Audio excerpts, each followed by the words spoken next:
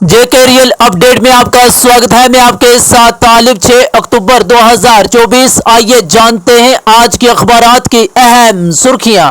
P D P رہنما التجا مفتی نے ہفتہ کو کہا کہ جموں کشمیر کی آئندہ حکومت ایک بے دانت شیر ہوگی، جبکہ اس کا وزیر اعلیٰ ربڑ سٹیمپ اور میونسپلٹی کا شان و شوکت والا میئر ہوگا۔ جموں کشمیر میں 10 سال کے وقفے کے بعد ہونے والے اسمبلی انتخابات کے نتائج 8 اکتوبر کو آنے والے ہیں۔ التجا مفتی نے ایک سوشل میڈیا پوسٹ میں کہا کہ ایل جی کی طرف سے 5 ایم ایل ایز کی نامزدگی اور چیف سیکرٹری کی طرف سے کاروباری اصولوں میں تبدیلی کے بعد یہ واضح ہے کہ آنے والی حکومت بے اختیار ہوگی۔ وسطی کشمیر کے ضلع بڈگام کے خان صاحب علاقے میں واقع سیاہ مقام دودھ پتھری میں جمعہ کی شام سیلفی لیتے ہوئے ایک سیاح پھسل کر گرنے سے جان بحق ہو گیا، جبکہ دوسرا زخمی ہو گیا۔ ایک پولیس افسر نے بتایا کہ 2 سیاح سیلفی لیتے ہوئے پھسل گئے، جس کے نتیجے میں وہ زخمی ہو گئے۔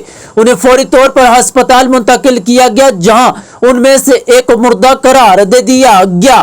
متوفی کی شناخت 70 سالہ عبد المالک کے طور پر ہوئی، جبکہ زخمی شخص کی شناخت 55 سالہ نسیمہ خاتون کے طور پر کی گئی ہے۔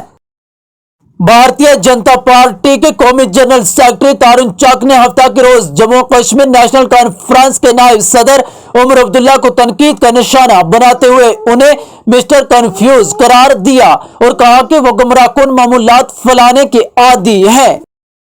نیشنل کانفرنس کے صدر ڈاکٹر فاروق عبداللہ نے ہفتہ کے روز کہا کہ نیشنل کانفرنس کبھی بھی جموں کشمیر میں حکومت بنانے کے لیے بھارتیہ جنتا پارٹی کے ساتھ اتحاد نہیں کرے گی۔ ڈاکٹر فاروق عبداللہ نے کہا کہ جو بھی جماعت بی جے پی کے ساتھ دے گی وہ جموں کشمیر میں ختم ہو جائے گی۔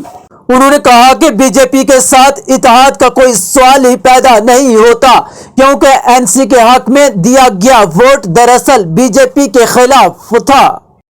سرحدی ضلع پونچھ میں تعینات ایک پولیس ہیڈ کانسٹیبل ہفتہ کی صبح دل کا دورہ پڑنے سے فوت ہو گیا۔ پولیس ذرائع کے مطابق پونچھ میں تعینات ایک پولیس ہیڈ کانسٹیبل کی ہفتہ کی صبح دل کا دورہ پڑنے سے موت واقع ہو گئی ہے۔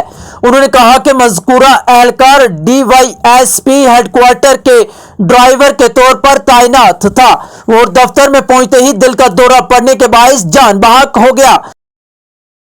وسطی کشمیر کے ضلع گاندربل کے چارون علاقے میں ہفتے کے روز ایک 50 سالہ شخص ریچھ کے حملے میں زخمی ہو گیا۔ حکام نے بتایا کہ رجوری کے رہائشی منظور احمد خان والد خان پر جنگل کے علاقے چارون میں ریچھ نے حملہ کیا۔ انہوں نے بتایا کہ زخمی شخص کو علاج کے لیے سب ضلع ہسپتال کنگن منتقل کیا گیا، جہاں سے اسے مزید علاج کے لیے ایس کے آئی ایم ایس سوڑا منتقل کر دیا گیا ہے۔